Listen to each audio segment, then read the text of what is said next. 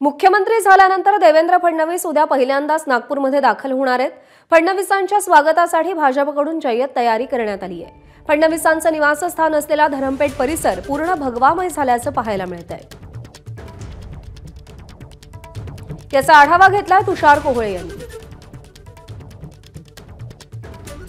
मुख्यमंत्री देवेंद्र फडणवीस यांचं उद्याला नागपूरमध्ये आगमन होत आहे। मुख्यमंत्री झाल्यानंतर ते पहिल्यांदा नागपूरमध्ये येत आहे, त्यामुळे भाजपने त्यांच्या स्वागतासाठी जय्यत तयारी केली आहे। सध्या मी नागपूरच्या धरमपेठ भागामध्ये आपण बघू शकतो की धरमपेठ भाग हा आता देवेंद्र फडणवीस यांच्या स्वागतासाठी सज्ज होत आहे। याच परिसरामध्ये त्यांचं बालपण गेलेलं आहे। अनेक मित्र, चाहते, कार्यकर्ते त्यांचे याच भागामधनं जास्तीत जास्त आहे आणि संपूर्ण शहरामध्ये देखील मोठ्या संख्येने त्यांचे कार्यकर्ते, चाहते आहे।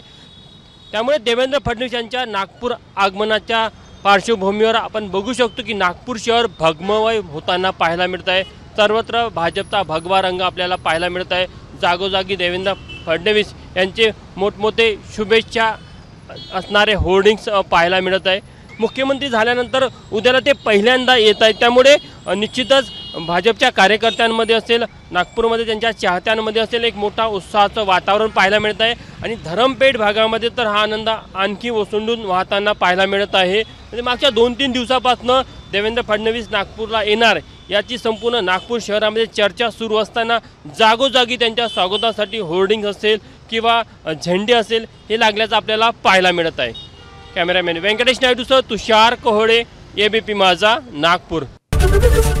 एबीपी माझा, उघडा डोळे बघा नीट।